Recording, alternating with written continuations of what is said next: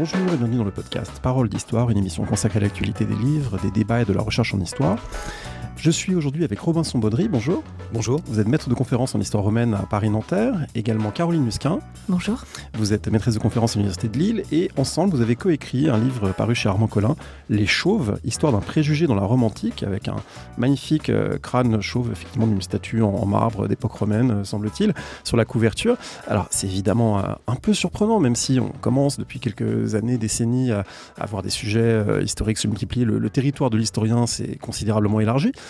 Ceci dit, qu'est-ce qui vous a amené à choisir ensemble de travailler sur cette question de la calvitie à l'époque romaine ? Alors en fait, c'est une idée qui m'est d'abord venue durant mon travail de thèse. Il y a une dizaine d'années, je faisais ma thèse sur la perception et la représentation du handicap à Rome dans l'Antiquité. Et dans les sources, lors de mon travail de dépouillement, dans les textes, je croisais régulièrement des chauves qui se faisaient railler, moquer. Et ça m'a intriguée. Ça ne ressortait pas directement de mon travail, mais je les ai gardés un petit peu dans la tête en me disant que j'en ferais quelque chose. Je ne savais pas quoi, un article éventuellement. Et ça n'est que il y a 2 ou 3 ans, en discutant avec Robinson Baudry, qui m'a dit « Mais oui, effectivement, c'est une très bonne idée et on devrait en faire quelque chose. » Vous aussi, vous en aviez trouvé des chauves dans vos lectures, dans vos recherches ? En fait, on trouve jamais que ce qu'on cherche et je les avais pas tellement vus en fait. Je savais qu'il en existait, notamment dans les sources iconographiques, mais j'avais pas été tellement sensible à cela et par conséquent, quand on a eu l'idée, c'est vrai que c'était aussi une gageure et il y a toujours ce moment un peu vertigineux où on se demande si on aura la masse critique en fait. Est-ce qu'on a de quoi faire un article scientifique ? Est-ce qu'on a de quoi faire un livre ? Et assez vite, on a compris qu'on avait la masse critique. Alors, c'est aussi quelque chose qui correspond à une mutation historiographique parce que la pilosité est devenue un sujet légitime depuis une quinzaine d'années, on pourrait dire peut-être un peu plus, avec des livres, je pense à ceux de Bertrand Lançon, de Pierre Brulé, qui ont montré qu'on pouvait s'emparer de ces questions, plutôt d'ailleurs pour les questions de barbe et de moustache. Donc, est-ce que c'est aussi une inscription pour vous dans des démarches qui ont ouvert la voie ? Oui, tout à fait. Les pilosités et la non-pilosité, finalement, sont un sujet qui intéresse depuis très très peu de temps. Pendant très longtemps, finalement, on s'y est pas intéressé en pensant que c'était un invariant, un universal, en se disant que c'était perçu partout et toujours à peu près de la même façon. Et on voit depuis quelques décennies un changement où on se rend compte que finalement, la perception des pilosités, que ce soit de la chevelure, des poils, mais aussi de leur absence, est quelque chose qui n'est pas du tout un invariant et qui est contingent des différentes sociétés. Donc, c'est d'abord finalement dans les sciences humaines, sociales, que le déclic a eu lieu. Les anthropologues s'y sont mis les premiers, les philosophes également. Et ça n'est finalement qu'assez récemment que ça a pénétré les différentes périodes de l'histoire et plus récemment encore l'Antiquité, avec effectivement l'ouvrage de Pierre Brulé et puis ces actes aussi de colloques de Bertrand Lançon, suivi d'un autre ouvrage sur les poils. Donc oui, c'est quelque chose d'assez récent et qui titille finalement, parce que ça a d'abord intéressé les historiens du corps en général, les historiens du rire également. Donc c'est vraiment un sujet qui était étudié pas pour soi, qui était étudié pour d'autres catégories historiques et qui finalement devient signifiant en soi depuis assez peu de temps. Alors c'est évidemment un sujet, vous avez commencé à le dire, qui oblige à prendre de la distance avec les représentations qui nous sont contemporaines de la chevelure, de la calvitie, etc. Parce que, au fond, à travers cet enjeu, c'est tout un système de représentation beaucoup plus large qui renvoie à comment vit le corps, qu'est-ce qui fait qu'un cheveu pousse, qu'est-ce qui fait qu'il tombe, etc. Et de fait, il y a beaucoup d'auteurs anciens qui ont quand même commenté ces enjeux. Ils se sont intéressés à ça, ils avaient une curiosité aussi pour ces questions. Tout à fait. Les médecins, les encyclopédistes, les naturalistes se sont vraiment très très tôt intéressés à l'étiologie finalement du poil, pourquoi un poil pousse, où il pousse, et on a tout un développement chez les Hippocratiques, chez Aristote, sur les raisons de la présence ou de l'absence de poils. Et ça prend place notamment dans la théorie des humeurs chez les médecins, où on nous dit que pour qu'il y ait cheveux ou poils, il faut de l'humidité, voire de la chaleur. C'est vraiment la comparaison récurrente avec la plante. Le cheveu, le poil, c'est la plante qui pousse, et à l'instar d'une plante, il lui faut de l'humidité et de la chaleur. Oui, c'est intéressant parce que du coup, le cheveu qui tombe à mesure que l'âge avance, c'est aussi la théorie des humeurs qui veut que la vieillesse soit un âge sec et que du coup, voilà, les saisons, les âges de la vie, enfin tout s'emboîte dans ces conceptions du monde. Et donc, ça permet d'expliquer, ou ça permettrait pour eux d'expliquer que les choses changent dans le temps. Effectivement, pour les naturalistes, pour les médecins, la première cause de la calvitie, c'est évidemment l'âge, parce que dans le cadre de cette théorie des humeurs, l'individu avançant en âge perd de son humidité, et donc la perte d'humidité, la sécheresse qui en découle, cause la non-repousse du poil ou sa perte. Donc la vieillesse est vraiment la cause première pour les scientifiques de l'époque de la calvitie. Ensuite, en lien avec la chaleur, ils avancent d'autres hypothèses un petit peu plus cocasses. C'est notamment le cas d'Aristote qui met la calvitie sur le compte finalement d'une perte de chaleur due à l'activité sexuelle. Donc le cerveau est déjà une partie froide du corps et l'émission spermatique lui fait perdre encore plus de chaleur, et donc en perdant de la chaleur, là encore on perd un élément qui permet la pousse du poil, et donc ça explique la chute des cheveux. Donc les chauves seraient aussi, s'ils ne sont pas vieux, sont des dépravés en fait. Oui, ça on va y revenir parce que ça fait partie des éléments de stigmatisation qui peuvent exister. Romain Sambaudry, quel est le vocabulaire latin de la calvitie parce qu'on va trouver le mot calvus, mais il y a d'autres termes qui peuvent y être liés. Oui, on attendait le mot calvus, on n'a pas été déçus, on a trouvé aussi des substantifs comme calvitiès, mais effectivement, alors, ce terme est très générique et peut désigner quelqu'un qui est un tout petit peu dégarni comme quelqu'un qui est entièrement chauve. Il arrive que le vocabulaire précise un tout petit peu les choses, par exemple, recalus, c'est quelqu'un qui est chauve sur l'avant du crâne, qui a la ligne de cheveux qui recule. Praecalus, là le préfixe signifie que la perte est totale, et puis parfois c'est la cause de la perte des cheveux qui est explicitée quand elle est artificielle, quand c'est à la suite d'une tonte, d'un rasage. On dit rasus, on dit tonsus, et puis parfois c'est un peu plus imagé, et on aime beaucoup le terme utilisé par Martial, peut-être inventé par celui-ci, il n'y a pas d'autre attestation, de triphylis, celui qui a 3 poils, celui qui a 3 cheveux. Et puis on trouve un certain nombre de noms de personnages, alors c'est plus la barbe que le cheveu, mais on a quand même des Aenobarbus, on a un Glabrio, donc l'apparence et la pilosité font partie aussi des manières de nommer, de désigner les gens. Oui, tout à fait. C'est quelque chose qui a été bien étudié, c'est notamment par Christophe Badel, la question de la signification des surnoms, de leur usage social, parce qu'on dit toujours, on parle toujours des trianomina pour les Romains, en fait c'est un peu plus complexe, mais effectivement le surnom, le 3e élément de la dénomination, est utilisé, apparaît à partir du 4e siècle avant Jésus-Christ, et il désigne souvent une particularité physique, il peut désigner aussi une particularité morale, et cette particularité physique peut être plutôt dévalorisante. Et on suppose qu'il est d'origine populaire, qu'il a été donné par la plèbe, qu'il a été donné par l'armée, et ensuite l'aristocrate, qui voit un élément de notoriété, décide de se le réapproprier et en fait un signe de popularité, et puis aussi ça devient une sorte de blason lignagé qui est transmis ensuite à ses descendants. Par conséquent, le premier porteur du surnom présente cette particularité physique, donc quelqu'un va être appelé Calvinus, le chauve, mais évidemment ses descendants ne le sont pas nécessairement. Au passage, Cicéron, pois chiche, c'est pas la rotondité, c'est pas le crâne chauve.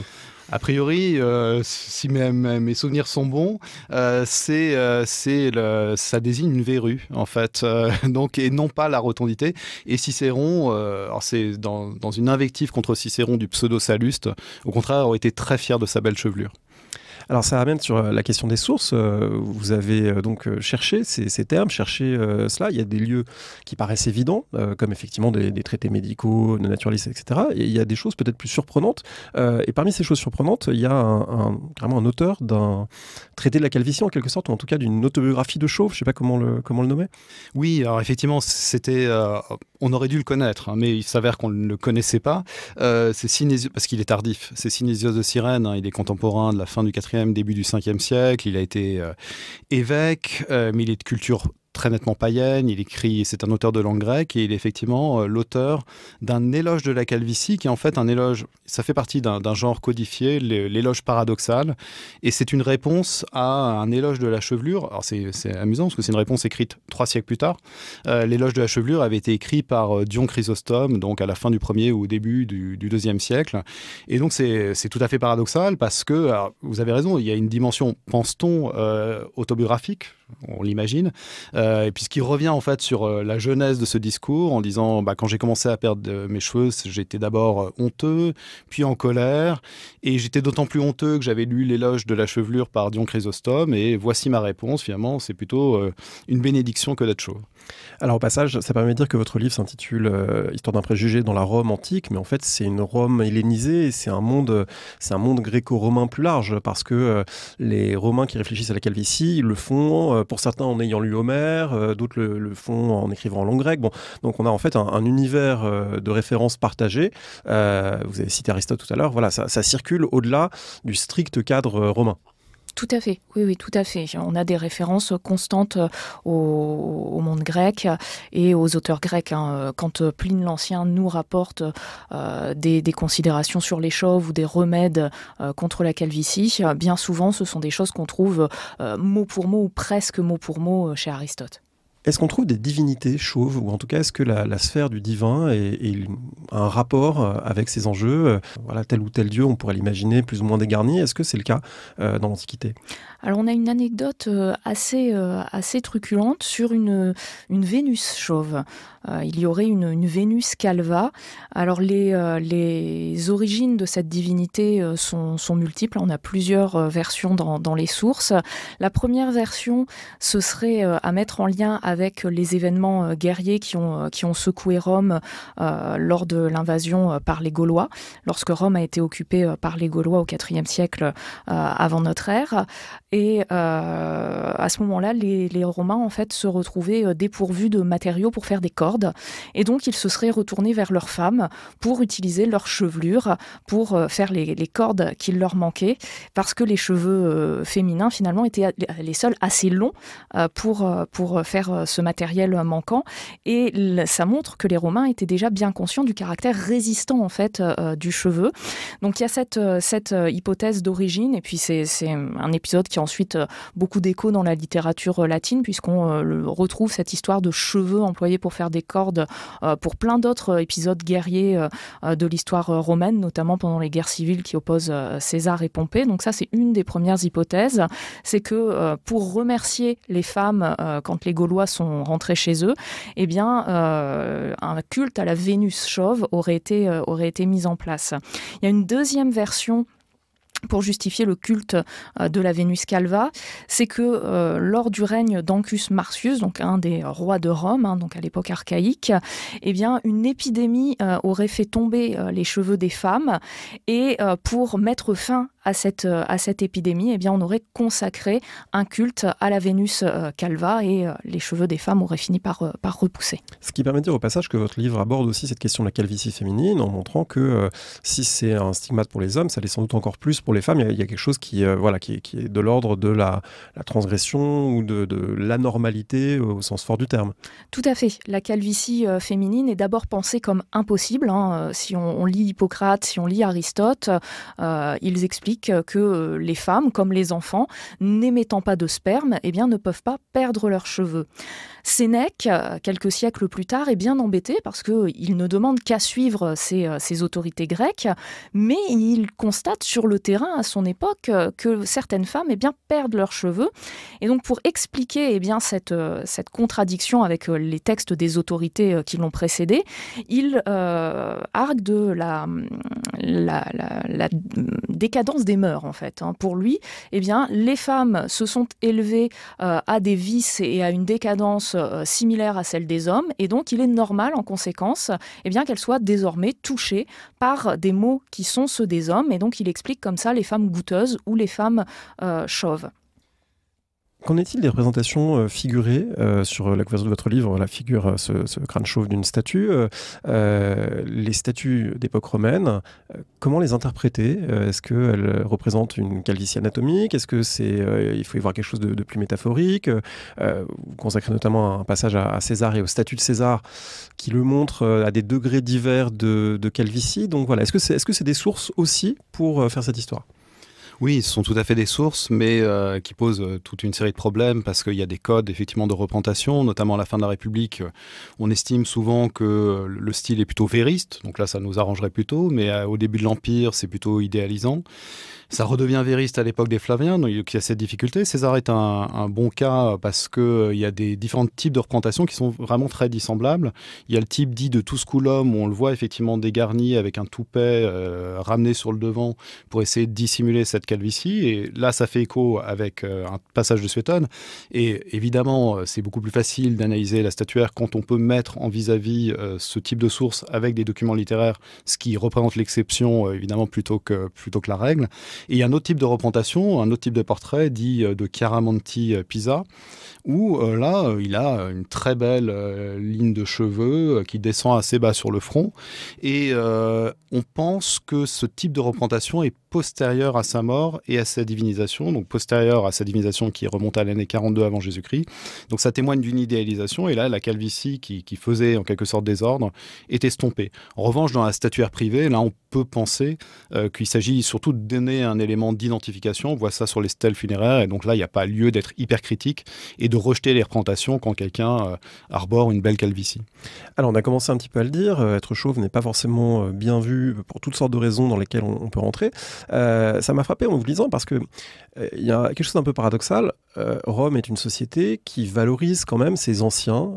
Voilà, au Sénat, traditionnellement, c'est le plus âgé qui prend la parole en premier. Le Sénat, d'ailleurs, ça vient de Sénex, c'est le cercle des anciens. Donc, l'idée que le Mos Maiorum, les ancêtres, etc. Bon, en gros, voilà, être vu à Rome est plutôt quelque chose d'honorable et valorisé.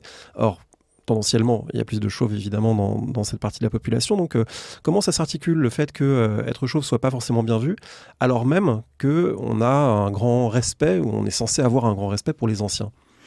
Alors, quand la calvitie vient avec la vieillesse, c'est valorisé. Donc là-dessus, il n'y a pas d'ambiguïté. Un vieux chauve n'est pas particulièrement stigmatisé. En revanche, le problème se pose quand la calvitie apparaît à un âge plus précoce. Et là, ça discrédite en fait la personne qui en est touchée. Alors en fait, ce qu'il faut savoir, c'est que le corps à Rome est extrêmement important parce que c'est vraiment un outil, alors c'est toujours dans toutes les sociétés un outil de communication, je crois, mais à Rome, on en fait vraiment une utilisation politique très importante.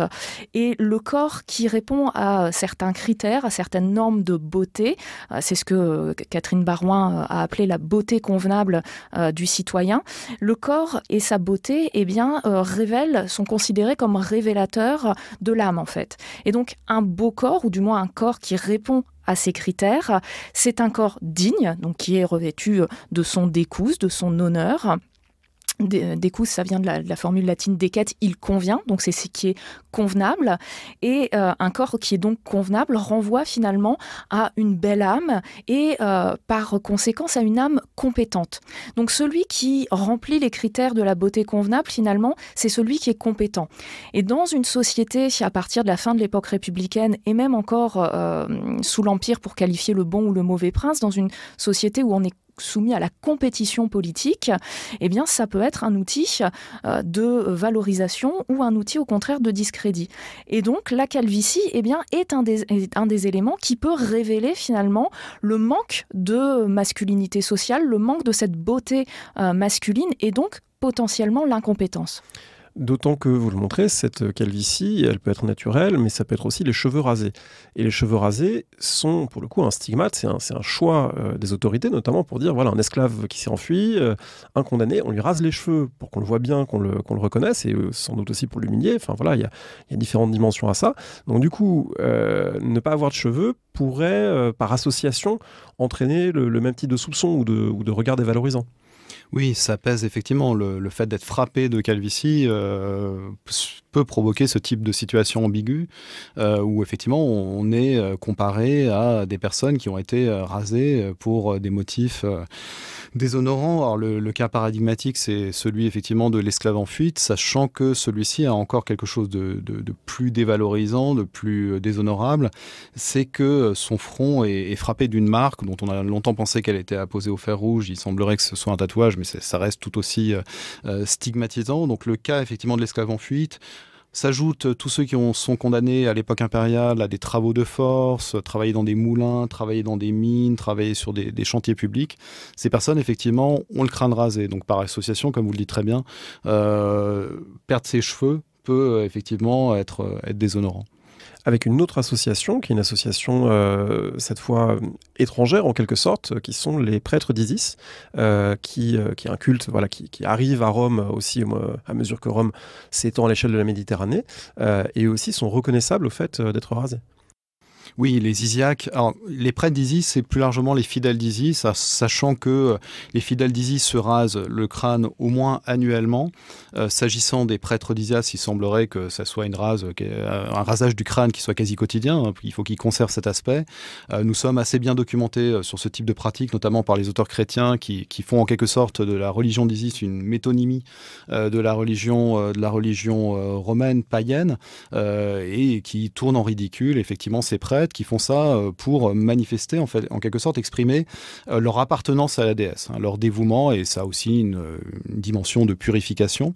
Et ce qui est intéressant, c'est que c'est quelque chose, donc c'est une singularité qui est conservée, quand bien même, effectivement, la religion d'Isis est intégrée au panthéon romain à partir de Vespasien et de Titus, donc nous sommes en 70 après Jésus-Christ, et ça ne pose pas de problème, mais ça peut faire l'objet, effectivement, d'une vision dévalorisante de la part de certains auteurs.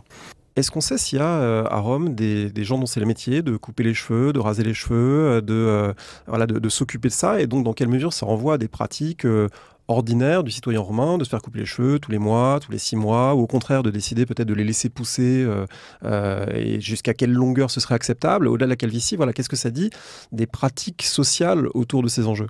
Oui, alors les cheveux font l'objet vraiment d'un regard social et de pratiques en conséquence qui en découlent. Les sources montrent une importance de tout ce qui est barbier, échoppe de barbier. C'est un peu comme aller chez le coiffeur aujourd'hui. Dans les sources, on a vraiment des attestations qui nous montrent qu'à l'époque, les échoppes de barbier, donc l'équivalent du coiffeur, étaient déjà des lieux de sociabilité. On nous dit que ce sont des lieux de bavardage où on échange des nouvelles, voire des colibés. Et quant à ce qui est de se laisser pousser les cheveux ou au contraire de se les faire couper, pour le citoyen, la longueur des cheveux indique aussi des états. Alors, il ne faut pas les avoir trop longs parce que ça peut être synonyme d'effémination, donc d'un manque de masculinité sociale. Il ne faut pas les frisoter. Pour le citoyen, la norme, c'est toujours la mesure, en fait. Ni trop, ni trop peu. Donc, pas les cheveux trop courts parce que on l'a dit il y a un instant, trop court ou rasé, ça renvoie à l'esclave ou à quelqu'un qui est condamné. Donc c'est une sorte de punition.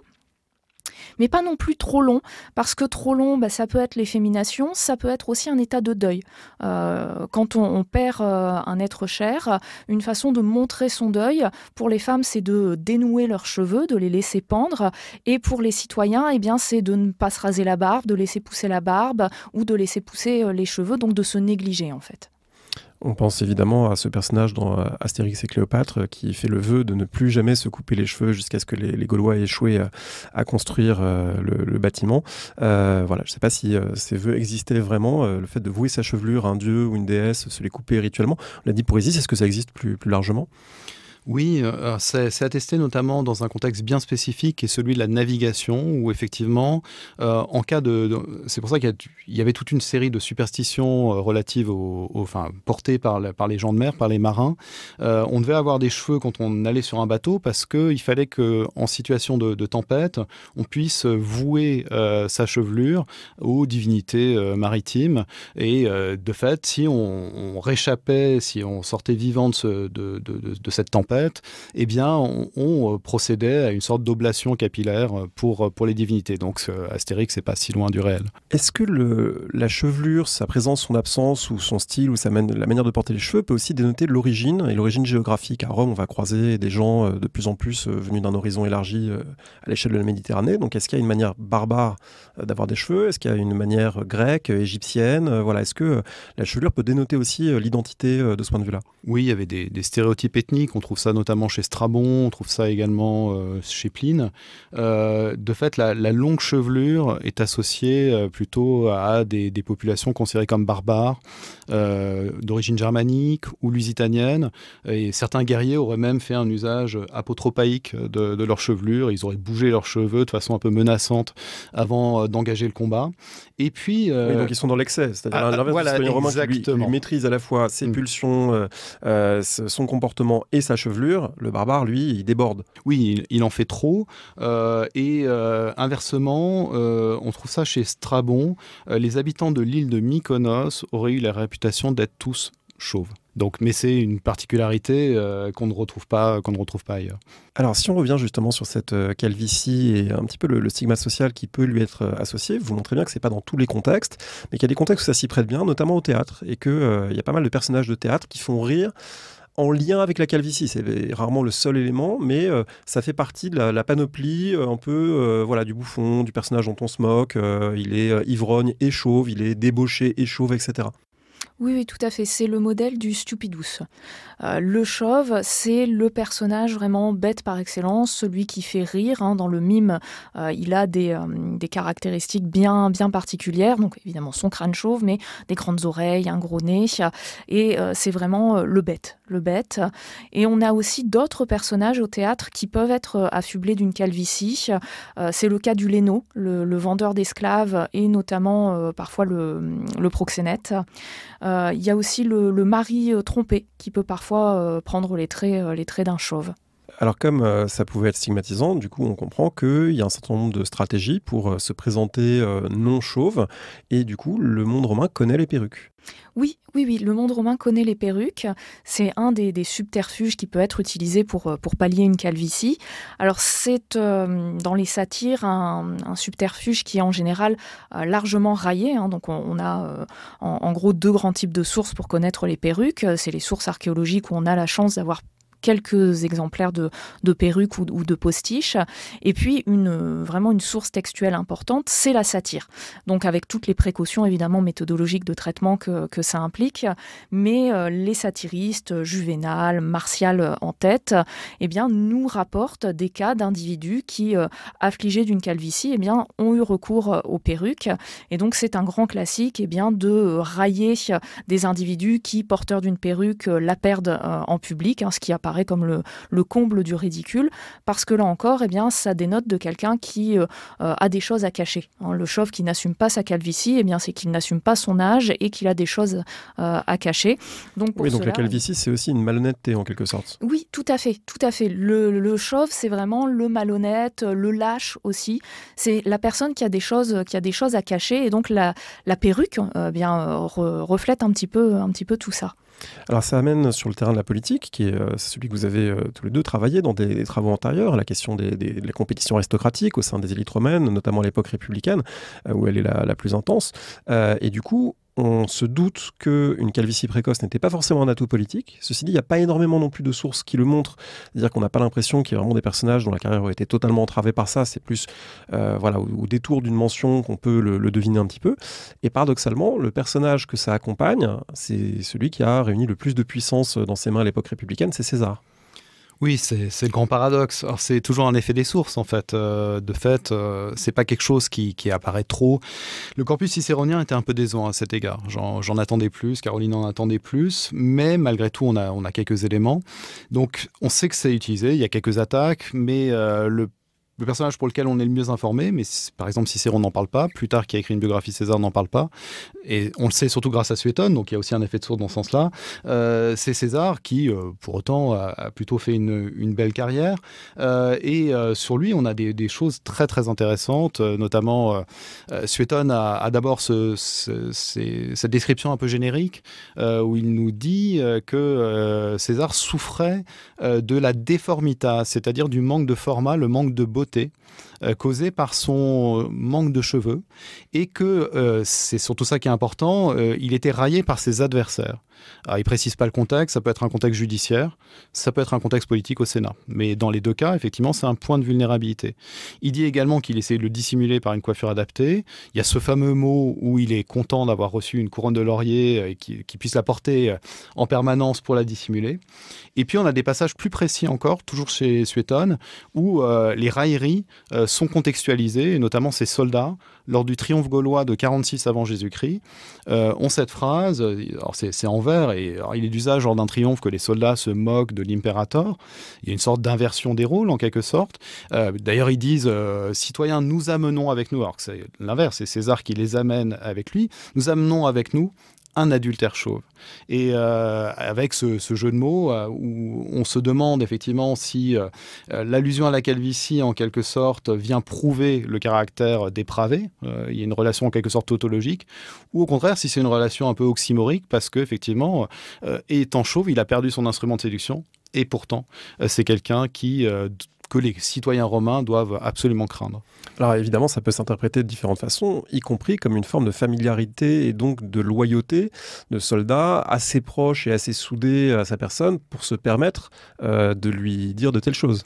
Oui, tout à fait. C'est une espèce de représentation, de manifestation, d'expression de quelque chose, de la familiarité qui s'est jouée dans le camp militaire, sur le champ de bataille. Ils ont servi sous ses ordres pendant plusieurs années. Les railleries à l'égard des impératores sont tout à fait ritualisées, acceptées. Elles portent moins finalement que les railleries d'un adversaire politique. Il ne s'agit pas de le déconsidérer, mais peut-être reprennent-ils, d'ailleurs c'est ce que suggère Suétone, finalement des moqueries qui avaient cours à l'intérieur de l'aristocratie. Et en quelque sorte, ça neutralise d'une certaine façon ces moqueries. Alors, il y a un autre personnage à qui ça peut être associé à travers des mentions qui sont un peu subtiles, complexes à débrouiller, c'est Crassus, le grand vaincu de la bataille de Car. D'une certaine manière, il a perdu contre les Perses, peut-être aussi parce qu'il était chauve, nous disent certains auteurs. Oui, alors là, c'était un dossier assez délicat parce que si on lit l'historiographie contemporaine, on peut dire que Crassus était chauve ou Crassus n'était pas du tout chauve. Et en fait, c'est parce que le passage le plus explicite ne l'est pas tellement. C'est une allusion dans la correspondance de Cicéron. Nous sommes en 61 avant Jésus-Christ. C'est une lettre à Atticus, le fameux ami de Cicéron. Et Cicéron s'en prend à un dénommé Nanéen, en référence à un dénommé Nanéus, un proscrit, et ce Nanéen chauve. Et on a souvent pensé, à partir d'une étude un peu précise du contexte, qu'il s'agissait de Crassus. Il me semble que c'est l'interprétation la plus intéressante, la plus solide, mais c'est pas tout à fait établi. Et ce qui est pas inintéressant, c'est qu'on peut mettre ça en relation avec d'autres passages, et notamment des passages de la vie de Crassus de Plutarque, dans lesquels Plutarque évoque la réaction des Parthes, quand ils découvrent Crassus, et qu'ils ont l'impression de voir un vieillard, mais sans allusion à la calvitie, mais la calvitie étant un marqueur de vieillesse, il est possible que c'est renvoyé à ça, et puis la calvitie aussi, on l'a déjà suggéré, évoque une forme d'inaptitude militaire, et il y aurait quelque chose là qui annoncerait la défaite de Car. Alors, il y a des choses qui sont beaucoup plus explicites à l'époque impériale, parce qu'à l'époque impériale, alterne, pour les contemporains d'ailleurs, bon, entre guillemets, mauvais empereur, et donc dans le portrait robot du mauvais empereur, la calvitie va devenir un élément incontournable à tel point que ça devient compliqué de savoir si ces gens étaient vraiment chauves ou si c'est juste quelque chose qui fait partie du portrait. Si on regarde le portrait de Caligula par Sénèque, il écrit ceci: il avait un teint blême et hideux qui décelait la folie, des yeux torts embusqués sous un front de vieille femme, un crâne pelé semé de quelques pauvres cheveux mal plantés. Ajoutez-y sa nuque embroussaillée. Donc il y a à la fois l'excès dans la nuque, mais 3 cheveux mal plantés sur le crâne. Bon, pour quelqu'un qui était jeune en fait. Donc là, c'est vraiment le portrait robot de la personne la plus négative possible, y compris physiquement. Tout à fait. Chez Suétone, la calvitie est un outil pour qualifier le mauvais prince, le mauvais gouvernant. Et donc on a des stratégies littéraires qui sont développées par les auteurs et particulièrement par Suétone pour qualifier le bon et le mauvais gouvernement. Et donc le bon prince est plutôt quelqu'un qui a tendance à avoir un corps qui, même s'il n'est pas parfait, est agréable et dont il prend soin, mais avec mesure. Et le mauvais prince, en revanche, eh bien, est celui qui est laid et qui est affublé de défauts rédhibitoires. Et la calvitie est un élément, c'est pas le seul, mais est un élément des portraits pour qualifier le mauvais gouvernement, qui permet en fait de révéler des défauts internes. Alors le tyran, c'est celui qui est cruel, c'est celui qui fait preuve d'excès dans la sexualité. Donc on a tous ces défauts moraux qui sont mis en conformité avec un portrait physique dont la calvitie fait partie. Et effectivement, pour Caligula, qui est un des mauvais princes par excellence, la calvitie est utilisée. Et c'est difficile effectivement de savoir si ces mauvais princes étaient vraiment affligés d'une calvitie aussi importante que celle qu'on pourrait leur prêter, puisque dans la statuaire, on a des portraits de Caligula qui le montrent avec une chevelure, donc avec une ligne de cheveux parfois certes en retrait, mais toujours avec des cheveux. Et donc la vérité était sans doute à mi-chemin, puisqu'on a des portraits idéalisés qui émanent du pouvoir, et puis ces textes qui émanent d'auteurs qui finalement qualifiaient le gouvernement du prince à l'aune des relations des premiers ordres de la société avec celui-ci. Et donc là, on a des portraits physiques dans la littérature qui ne sont pas fidèles à la réalité. On a longtemps essayé de chercher avec l'œuvre de Suétone les maladies qui pouvaient toucher tel ou tel empereur et dresser les portraits de tel ou tel empereur. En fait, c'est beaucoup plus compliqué. On a affaire ici à des choses qui ne sont pas des carnets de santé. On ne peut pas lire les portraits des différents princes comme des descriptions objectives et qui seraient un carnet de santé objectif et pratiquer ainsi des diagnostics rétrospectifs. En fait, ce sont des constructions qui permettent de qualifier le bon ou le mauvais gouvernement. Est-ce que la christianisation de l'Empire et l'officialisation du christianisme ensuite change quelque chose? Est-ce qu'il y a des conceptions chrétiennes qui prolongent ou entrent en contradiction? On sait que pour les clercs médiévaux, la tonsure deviendra un marqueur du renoncement à la chair. Est-ce que c'est quelque chose qui en germe à l'époque tardo-antique? Alors, il y a un changement très progressif dans la conception du corps, mais pour ce qui est de la calvitie à proprement parler, ça devient un élément qui permet aussi de qualifier le païen. Je pense notamment à Maternus, qui, en désignant les Isiaques, désigne le païen par excellence.